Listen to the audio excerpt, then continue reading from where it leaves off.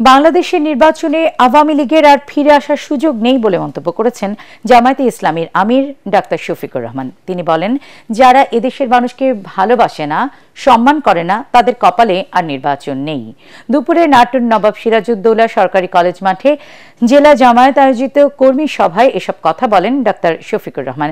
জামায়াত আমির আরও বলেন, পতিত আওয়ামী লীগ ৩টি নির্বাচন করেছে জুলুম করে। যারা নির্বাচনে বিশ্বাস করে না, তাদের আবার কিসের নির্বাচন? এ সময় অন্তর্বর্তী সরকারের উদ্দেশ্যে তিনি বলেন, অতি জরুরি সংস্কার শেষ করে নির্বাচন দিয়ে যে যার জায়গায় ফিরে যান।